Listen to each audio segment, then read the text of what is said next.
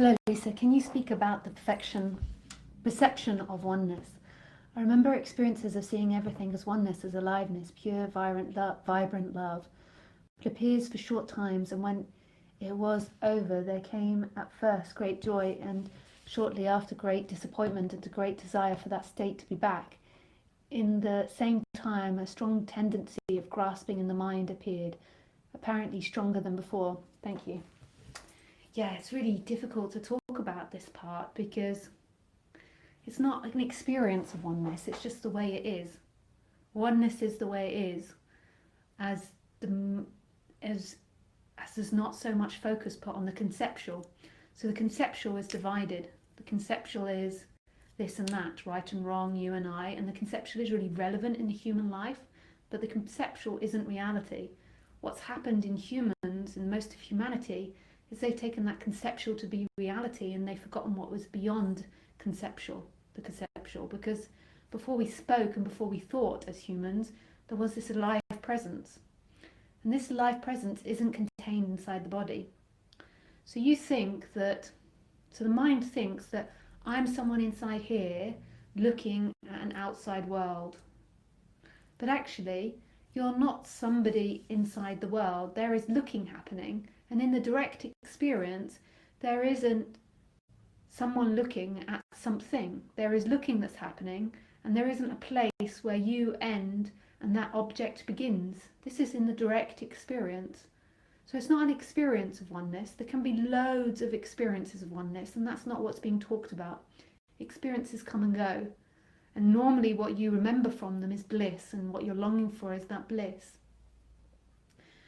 But in the direct experience, when the movement back to presence happens, where is the point where you end, where that alive presence ends, where the hearing ends and the heard begins? So say outside at a moment, there's the sound of cars driving. My parents live on a road. And in the direct experience, in this moment, there isn't a sense that they're happening outside. There is just sound appearing in this alive presence. There is sight appearing in this alive presence. Is this alive presence? And your mind divides it and says, I'm listening to that. And that's where division comes. But even that thought, I'm listening to that, is appearing in the alive presence and doesn't actually refer to separation, but it just gives the appearance of separation. And this may be a bit complicated. So just put your attention, so say, as that separate person, so as that personal awareness, put your attention in the present moment. So put your attention on the feeling of your nose, so just keep, or your face. It's slightly hot in here, so I'm very red. So put your attention on the feeling of your face. So now your mind thinks, and your attention is used to being in the mind, it's used to being in thinking. So it's like, oh, my face is dirty, or my face is super smooth, or I need to shave, whatever it might be. So you put your feeling there, and you'll notice your mind thinks and tells you a story of that happening. And notice that the story that's happening about what you're doing and what you're doing are appearing in presence. The presence is inherently there in every experience. Now, this energy is tightly pushed inside that person that's thinking about its experience. I am touching my face. And so it gives the appearance that's who you are. But beyond that person, if there's just a stepping back or a stepping out, there's a seeing that all of that's appearing in a presence, and the presence is inherently there, and the presence isn't divided.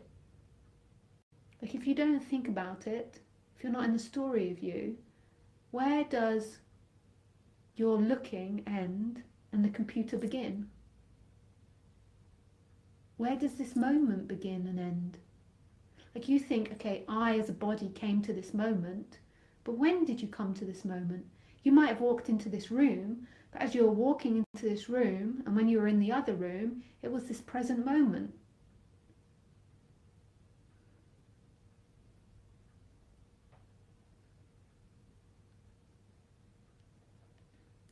You never left the present moment. You never left presence. You've never arrived in presence. It's always been now, now, now, now, now. And it's a remembering of this, and it's a relaxing back into this. The mind believes I am somebody here that's behind my eyes. This is me. And I look out from these eyes, and I'm in relationship with others. Really, who you truly are is not in relationship. There is no relationship. There is only what is. There's only experiencing. And this is the side that's been forgotten, this oneness. Now that's not an experience as such, because it's already inherently like that. In every experience, it's always been this presence which has not been divided. But there's just an opening to it.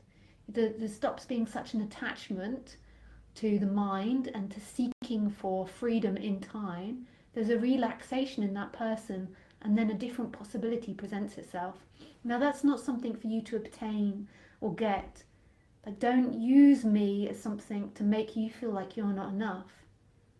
Use this to deconstruct what you believe, because when I point out something, you then might begin to think, oh, she's got something I haven't got. And that's not true either. You've got that presence. You are that presence. It's just you're focused on duality, on what you think. The focus is on what you think. So what happens is when I speak like that, your dualistic mind then thinks she's better than me, and I'm down here and she's up there. But I'm trying to point out something that's beyond that mind that can think in opposites and thinks she knows more than me, I know less than her. She's more enlightened than me, I'm less enlightened than her. I'm pointing about something beyond that, that's not in that world, which is inherent in your experience all the time.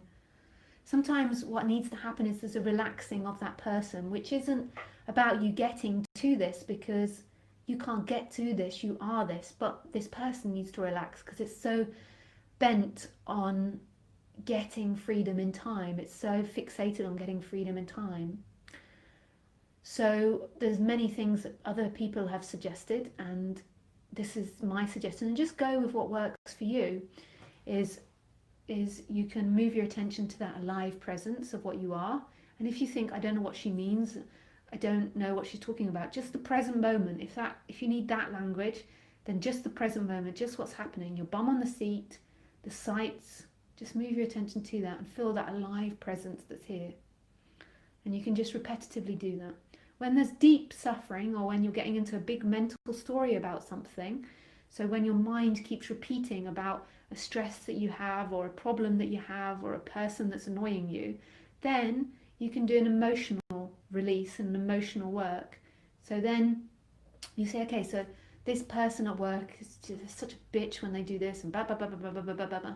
So then just go into that feeling. What does that person make me feel? Acknowledge where you feel that in your body. I feel it in the pit of my stomach. They make me feel afraid. They make me feel like I'm going to lose my job or something. So then just acknowledge that feeling, that when you interact with them, that you feel afraid. And just acknowledge that, and acknowledge that your thoughts are coming from that. And you can put some attention into that feeling, and you can maybe remember back to past experiences when you've also felt like that your dad used to make you feel afraid, or your babysitter used to make me feel afraid. And it's not reality that they're going to do these terrible things to you, but it's producing the feeling that they're going to do the terrible things to you, and then your mind gets obsessed with it and circles around about what they're going to do to you, and just goes on and on and on. So just notice that and acknowledge that. And it's not that it's going to fix like that, and that you have to, like, suddenly you're going to have like boom. It's that just the repetition of doing these sorts of things helps you to understand the person and relax that person through time. Even though ultimately the idea of time is illusion, but the way we communicate as humans is through that illusory world of time. So through time, it helps relax you, because you understand what's happening. You understand that your thinking isn't going to resolve it. Keep repeating the repetition of the story in your head is because underneath you feel a very uncomfortable feeling, and your thinking behavior is trying to get rid of that feeling. But what it's doing is it's just getting stuck, repeating it and recreating the feeling, repeating it and recreating the feeling. So you just acknowledge that, you expose that, You can spend some time allowing that feeling to be present rather than running away from it. And you can also remember other times when you felt like that. Like, see that it's a habit of your mind, that's a habit. And this is something I still do on the human level. Like, I can have stuck thoughts about things sometimes. Like, it's not even something that goes when there's a relaxing into the present moment. It's the nature of a thinking mind, that something that scares me I can get stuck on. You know, like something that upsets me, my thinking mind can get stuck on, and there can be a sad feeling. So I use that technique as well. I just acknowledge that that's the Lisa personality and that there's pain. So don't think in any way that I'm above you on the human level. On the human level, maybe for the rest of my life, and maybe for the rest of your life, you're going to deal with the complicated conditioning of this body. And it can have positive conditioning, like you can respond really positive to certain situations, and you can respond really negative to certain situations. And that, you know, when it's negative, there's an uncomfortable feeling in your body, and your mind, my mind doesn't get too stuck on thoughts anymore. I get really quickly into the feeling, but sometimes the feeling can be painful, and I can have to have a good cry about the feeling. I think I've practiced this for so long that, you know, even when I'm standing in front of someone and someone says something to me and I feel, oh, that was painful, I can just quickly drop into that feeling. It doesn't mean that the other person, you shouldn't say to the other person, that's not appropriate speaking to me like that. I'm not meaning passivity, but it's just, I'm just super quick at it. So I could actually, when I'm with close people, they can say something and then I can just start crying. I just let that happen now, but only with a close person, not with somebody on the street or something. But I just let the feelings come up. So that's what I'm recommending you do. But if that doesn't work for you, then find a different teacher with a different way. Like there's Byron Katie, there's loads of different methods out there. Find the one that works for you and just stick with it. So I've always stuck to that one. I don't know how I worked that one out or where I got it from, but that's something that worked for me, is that I just go into the feeling. So something happens, there's an uncomfortable feeling, I recognize the thought process that happens, and I recognize the feeling that happens, and I just stay with that. I go into the feeling. And sometimes I use memory to remember other times when I felt that, and I just see it as a condition of this instrument which is looked through. And another thing you can do, this isn't something that I do anymore, but something that you can do, and I used to do, is moving to the I am, or moving to presence. So moving to the present moment if your mind is getting stuck. Like there's like a really nasty story going on, and then just moving to the I am. But again, this is ultimately, that person isn't you, so everything that person does isn't you, and what that person does isn't going to lead you to freedom. They lead you home, because home is here. Whether you're in agony or freedom, or agony or joy, freedom is here. Freedom is always present in every experience. It's just that it's overlooked by this seeking energy. And these are just two things that you can do to help settle that personality. And if that doesn't resonate for you, I'm not a dictator that's saying you've got to do it and that's the only way. Go with what resonates. I would just pick one and then stick with it. Don't keep jumping around. Like, pick with something that works for you, and because that's another habit of the mind, is to perpetually stay confused. Is this one right? Is that one right? I think they've all got merit. They've all got good things and bad things about them. I mean, you know, me suggesting those things, the bad side of that is giving you the sense that that person arrives at enlightenment, and that person is going to get enlightened. I can see the negative of that. But I can also say, by not pointing out a process, it can send that person into a depressive spiral of apathy and not doing anything and staying in bed and feeling like it's going to happen one day, and getting into this weird story. It's going to happen one day if you don't do anything. And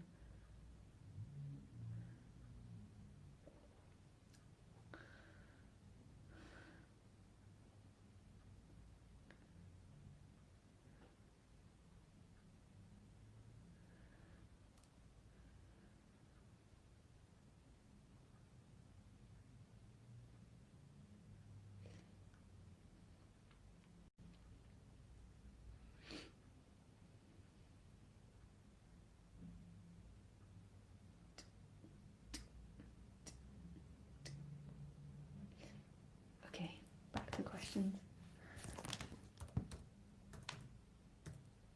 And the other thing that, you know, like listening to non-duality talks, because when you listen to non-duality talks, there's a resonance with that innocence. There's a remembering of that innocence.